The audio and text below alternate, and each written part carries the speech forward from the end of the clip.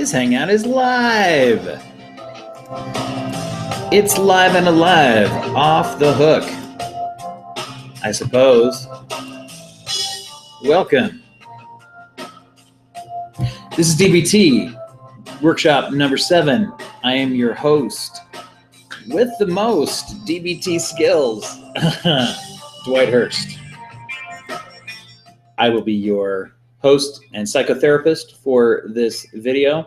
We're going to be talking about something very special to all of us, I believe, in DBT number 7. What are we going to be talking about? Well, we get to say goodbye, as it turns out, to distress tolerance. Goodbye, distress tolerance, forever. No, not forever. Keep using your distress tolerance. That's fairly important. You have to be able to tolerate distress, but we're moving from that into another section of DBT. That's right, DBT number 7. Oh, well, that's not what it's supposed to say. It's supposed to say core mindfulness. Core mindfulness. Mindfulness, in general, if you prefer, is the idea of focusing your mind on one thing at a time. Mindfulness is a big part of DBT, big part of really tolerating distress as well. The use of some mindfulness was snuck into some of the things that we were talking about with distress tolerance very expertly, so that it snuck up on you and you never even knew it, because it was all happening in the present, which is what mindfulness is all about. Focusing on the present. Most of our stress, of course, comes from the past and the future. It's a phrase you'll hear me say. Never heard it before, but you'll hear it again. No, I always say that because that's a big part of mindfulness, being focused on something to help us away from our stress. One of the biggest differences between distress tolerance and core mindfulness is that core mindfulness goes a little bit beyond just surviving the moment. Core mindfulness is supposed to go into more of a lasting sense of calm and peace, is the idea. Whereas distress tolerance, that was just a thing on the internet. I wasn't stuttering, and this part where I'm explaining it, another glitch. I don't make the rules. It's all in the matrix. Anyway, so distress tolerance is to help you get through the moment. Core mindfulness is supposed to have applications not only in the moment, but throughout your life. That it helps you get a sense of emotional peace and calm that persists and pervades throughout, other things other than just when you're in a state of distress. So that's something to think about, is that since we're saying goodbye to distress tolerance, we are not simply talking about times when we're in distress. We are talking about good life habits to have every one of the days of your life. So to start out with that, we're going to talk about wise mind. Wise mind is very important. In order to understand what the wise mind skill is all about, we have to define something. We have to divine wisdom. Let's define it as well as define it. Wisdom in the world of DBT equals this: the effective combination of both logic and emotion. Ta-da! So what you're looking at there with the combination of logic and emotion equals wisdom in the definition of the dialectical behavioral therapy has in it. Here's the thing you got to keep in mind. A lot of times those that come to seek out DBT skills historically, and a lot of us at times in our lives, find that our emotions can seem overwhelming. The analogy that we use often in DBT groups is that emotions are like a huge wave that washes over you. And if you are far enough out into the ocean of emotion, to extend the metaphor and make a rhyme, you may feel like that wave is going to pull you out to sea. The emotion sea, see your emotions, whatever. We'll work on that. We'll workshop that one. Email me with your ideas for how to say that better. And I'll go back in and edit it or something. So you feel like it's going to pull you out, it's going to overwhelm you. In fact, our emotions can feel like our worst enemy at times. Like they're setting us up to fail, setting us up to have bad experiences, and we can't trust them.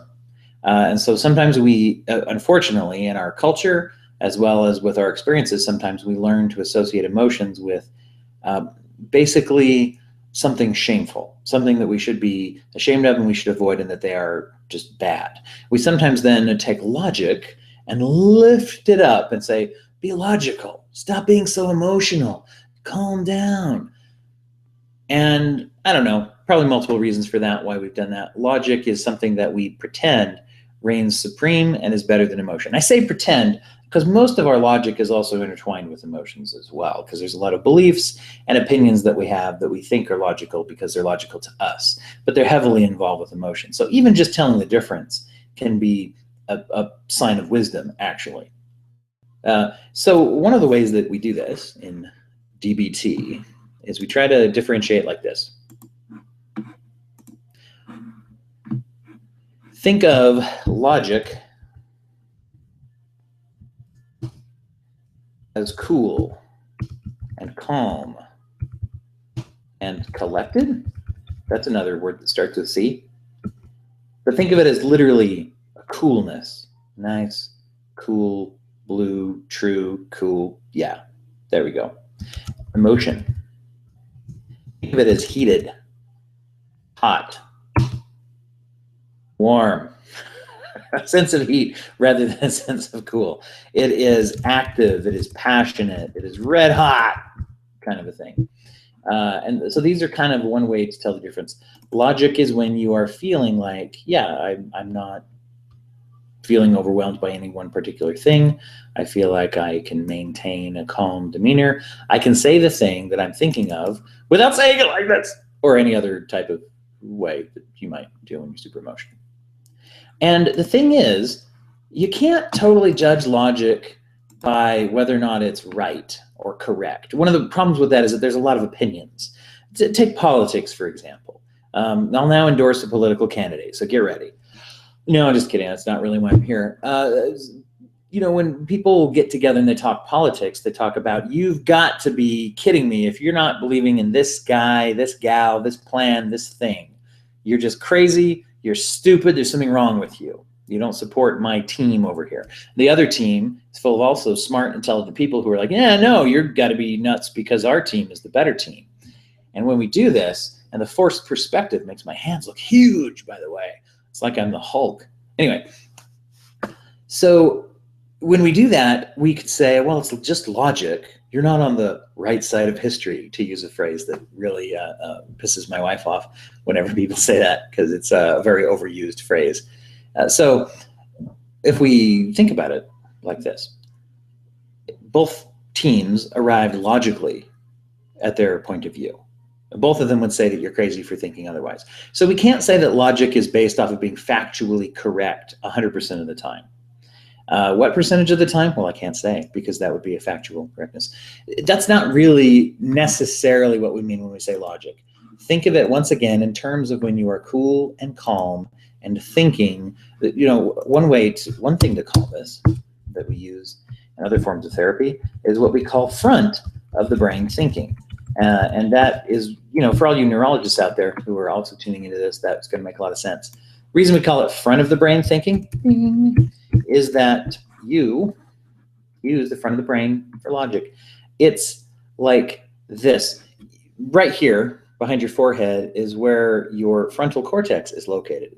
It's a very effective name because it's in the frontal part of the brain. And that's the part of the brain that does a lot of thinking. It's the part that can think slowly. It can do math, for example. Okay? Hang on to that because we're going to mention math in a little bit, because math is very connected with emotions, apparently. So it's the part that can reason. It's the part that can make plans and project into the future and things like that. And that's where I'm thinking logically. Okay? Now, getting to emotions. Emotions are more what they call back of the brain thinking, more like here. Kind of somewhere in here in the middle. I can't quite touch that part of my brain without it being very dramatically bad for my health. So think of this. Sometimes we call emotional reactive thinking back of the brain thinking, because we're more using it's a little bit of pop neurology. Apologize for that, but therapists are famous for it. Back of the brain thinking, meaning that you are engaging the limbic system, the amygdala. Any of you who are fans of my new short story anthology, Amygdala, will understand what that is because it's the part of your brain responsible for survival. That's not a joke, actually. You can tune into my website if you want to learn more about Amygdala, the collection of short stories and art that we're trying to put together. Anyway, whatever. So check that out if you want to. The amygdala is a part of your brain that governs your survival instinct, and this is the key here. Think of survival, okay? Emotion, hot, active, passionate, red-hot thinking that you're doing when you are thinking about things in terms of survival. You're in a crisis mode. That's one of the things that you can do to tell if you're in logical or emotional. You know, one of the other things, I mean, we really should say here is that logic can be slow. It isn't always, but it can be. Emotion almost has to be fast. Very important defining characteristic. When you are super emotional, you got to think really quick because you're usually freaking out. There are exceptions to that, of course, but these are just little clues to be able to tell what frame of mind you are mainly in. And here's the thing. We all have emotions and we all have logics, the ability to be logical. So we all have both the front of the brain and the back of the brain, and we're in it usually at some ratio. It's usually not all or nothing. But we are influenced by one or the other, usually in a primary way, meaning one or the other is driving the bus. So one of the things that you can do, and this is where math comes in, if you are thinking about something, worried about something, ask yourself, could I do a math problem right now if I had to? No, usually would be the answer for me. No, if it's a time where, no, I couldn't possibly really sit down and do math right now, I'm probably heavily emotionally influenced. Where if it's like, well, I could, I mean, if that was part of the problem, I could sit down and I could do math and get the right answer and be confident, and it wouldn't be like a huge stress to just sit down and do a simple math problem. Probably predominantly logic is governing you. Some people and their personalities tend to bounce back and forth quite a bit. Others tend to lean one way or the other. Typically, stereotypically, I should say, people who seek out DBT skills oftentimes are more primarily influenced by emotion. But that's not 100% true.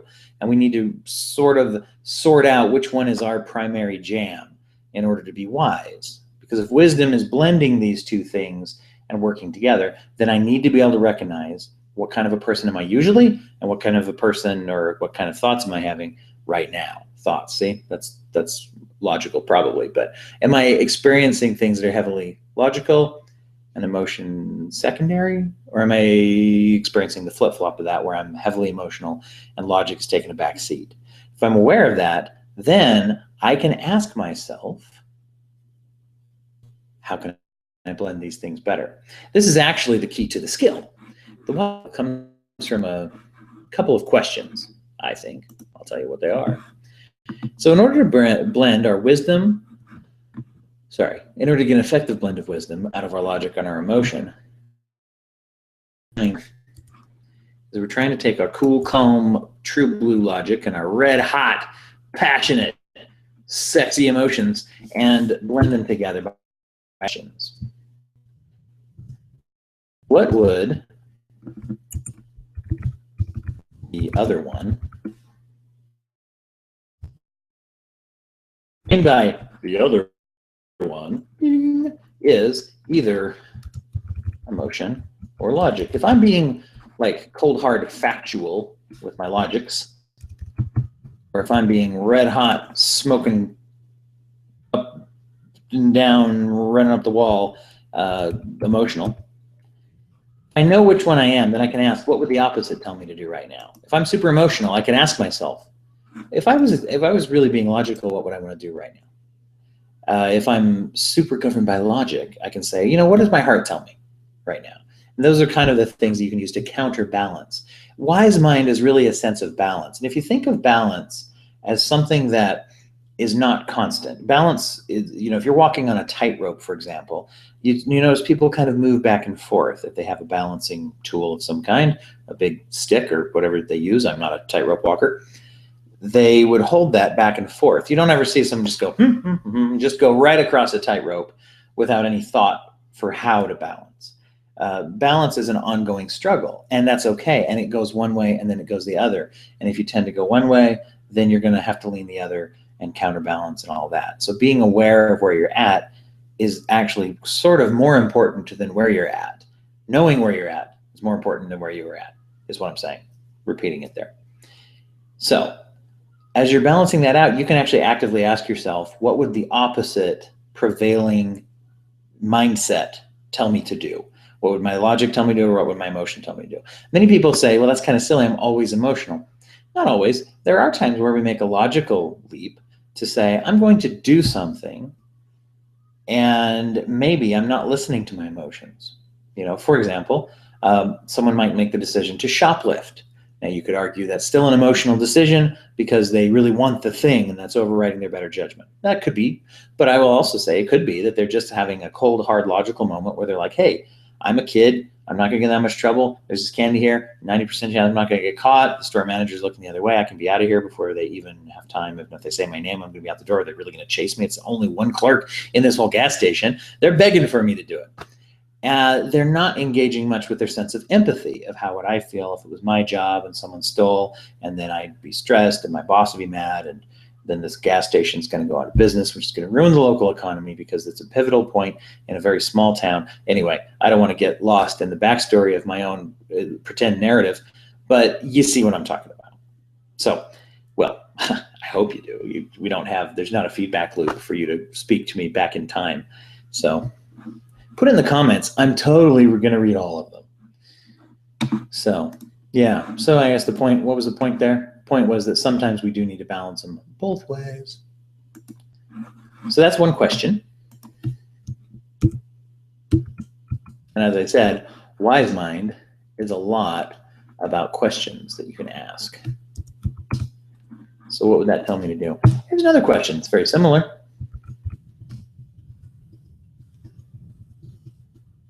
What would my wise mind tell me to do? Now, here's where that makes sense. Because you might say, well, what does wise mind mean? I'm just learning how to have my wise mind. I'm trying to have this balance. I'm trying to combine these things. I'm trying to do this thing that you're telling me to do. Well, let me tell you. Here's how it works. This gets down to some of what DBT, as I've told you before, has a fundamental theory that's based in faith. Okay, and some people take it to apply it even into their own religious faith. That's not the kind of faith I'm primarily talking about, but that is something that is part of it, can be part of it. I talked about this before. Marshall Linehan, who invented DBT, very spiritual person as well as an intelligent, intellectual person. But really the faith I'm talking about is the faith in your own wisdom. And that's part of the skill of wise mind. Part of it is asking these questions and thinking about this balance. But part of it is something that you do in the background where you, not the back of the brain necessarily, but you embrace this philosophy and this belief that deep within you lies a certain sort of wisdom. Some amount of wisdom is basically the idea. So as you are approaching life's questions or just things that come up, and you ask yourself this question of, what would my wise mind tell me to do? Okay. What you're doing is you're trying to tap into something that exists. Deep down inside you, there's this ability to kind of know what is the effective combination of my logic and my emotions. What is the, for lack of a better term, the right thing to do? And most of us, if we were to be asked that question right before we shoplifted as that kid, if someone said, hey, what would your wise mind tell you to do? And let's say this kid is very, very into the DBT universe, and so he knows exactly what that means. He's like, okay, emotion, logic, blend those together. And let me just look inside myself. Let me psychologically take a step back and look deep within myself and say, what do I know is the right thing to do? What does my wise mind tell me to do? Well, I shouldn't steal the thing. I mean, obviously. But that's the thing. It's obvious when you really ask the question. And sometimes when we ask ourselves something, it's obvious. Oh, I should just call them. Oh, I should apologize. Oh, I should avoid that person. Oh, I shouldn't go over there anymore. Oh, I should give back that candy bar or pay for it or whatever the thing is. That's the idea. One of the metaphors that's used in DBT a lot about this wise mind thing is actually the metaphor of a well. If you think of a well and you look at the top structure, basically it's this, just little round structure and it looks very small. But then you drop the bucket, not into the top of it, into the deep part of it where it goes deep, deep, deep down. If you were to drop it about halfway down and then pull it up, you might conclude that the well is dry. There's nothing in it, nothing useful, no water. If you were to drop it all the way down and you hear it clunk, bonk, bonk, hit something, and you pull it up immediately and there's nothing in it, you'd say, oh, the well is dry, there's nothing in it. So DBT would say, let's extend this metaphor to say, if this is in myself, and I usually am used to saying, what do I do? What do I do? What do I do? While I'm in back of the brain, overly emotional thinking, or perhaps I'm just out of touch with my emotions and I'm just trying to say, what do I do? What do I do? Cold, hard, something. I'm not getting a good feeling. The idea is to try to get deep in touch with what is deeper, to drop the bucket down deep enough to dip into that wisdom and say, it's down there. I just have to listen for it. I have to try to find it. I have to go deep enough to find it. That's the philosophy behind this skill. And I think it's very powerful. That's why I'm spending time talking about it. You know, when I was a young lad, back in the days of yore, I don't know, when I was younger, I remember reading, they had these books that were just chock full of like short stories and short articles for kids. And they're like school readers that had these things. And I remember reading this story about a treasure that was supposedly buried underneath a well in somewhere. See, I don't remember enough details. I've never been able to find it on Google or anywhere else. It purported to be a true story.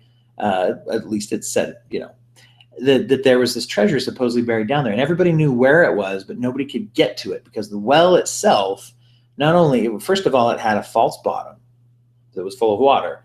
And when they tried to get past that and drill, then what happened was there was like a booby trap that flooded that whole chamber with like rocks and water from somewhere else.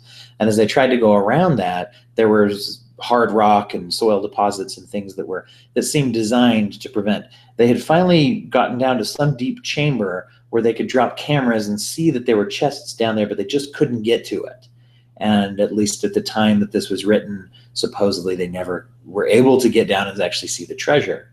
And I like to think of this story when I think of Wise Mind, because sometimes it's not just I haven't dropped a bucket deep enough to dip into water. Sometimes there's little parts where the well has collapsed, or maybe there's even booby traps that someone else set up, not just me. Someone else may have set those up or given them to me that make it hard for me to get down and actually access that wisdom. So sometimes I have to dig, I have to push, I have to work, I have to do therapy, I have to meditate, I have to calm myself, I have to put judgment off to another time. I need to do work to access that wisdom. This is not just a sort of benign, I don't know what you want to call it, new agey thing where you can just go, oh, I'll just, I got it, wisdom, yay. And even if you happen to make those noises, that's fine, no judgment here. Those were just my natural noises, after all. What you have to look at is that this is actually not a passive thing. This can be sometimes a very assertive or even an aggressive action to say, no, I'm going to dig into my wise mind, and then I'm going to try to follow it. And that's the other part. I can ask myself these questions all day. What would my logic tell me? What would my emotion tell me? What does my wise mind tell me to do? But then I have to actually pursue it and do it. Pursue it and do it. That's another rhyme, people. Again, I'll share one more question with you that could be useful.